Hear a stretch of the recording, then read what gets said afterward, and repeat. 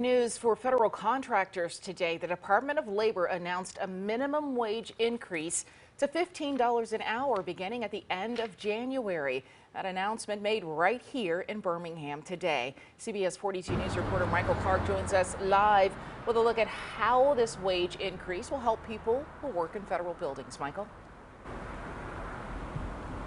Yeah, good evening, Sherry. If you're a contractor working with the U.S. government in a federal building like a courthouse or a military base, you'll see that increase of at least $15 an hour after January 30th of 2022. Now, state leaders hope that Alabama follows the federal government's example.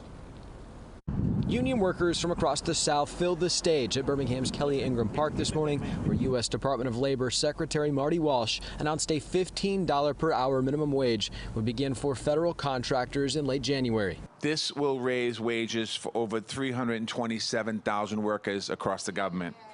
And especially going to help women and workers of color who too often get underpaid. And it's going to be a big impact here in the South. The impact will be felt by Alabamians like Carolyn Morris. I'm a mother, I'm a grandmother, I'm a great-grandmother. Morris is employed at Maxwell Air Force Base in Montgomery as a janitor. Making $15 an hour would mean so much to me and my family and my co-worker. We are just everyday people, but it's hard making ends meet. Contract workers include people who work at federal facilities like bases, prisons, and courthouses.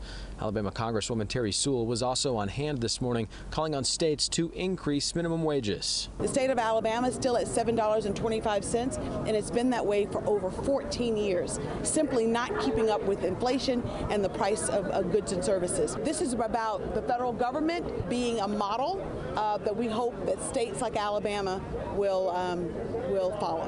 While some opponents have argued increasing the wage could hurt smaller businesses or lead to other increased costs, Secretary Walsh believes a rising tide floats all ships. It does not hamper businesses. As a matter of fact, it enhances businesses. It's happened in the state of California. It happened in my own city, Boston, Massachusetts, and Massachusetts. Any state that raised the minimum wage, businesses did better.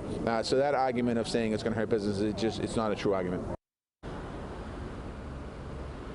Now, obviously, the Department of Labor, a very busy department right now. The secretary also asked about how to fill a lot of these open jobs we have here in the state of Alabama. We'll bring you his response to that tonight in a live report at 6 o'clock. But for now, reporting live outside the federal courthouse in downtown Birmingham, I'm Michael Clark, CBS 42 News, local coverage you can count on.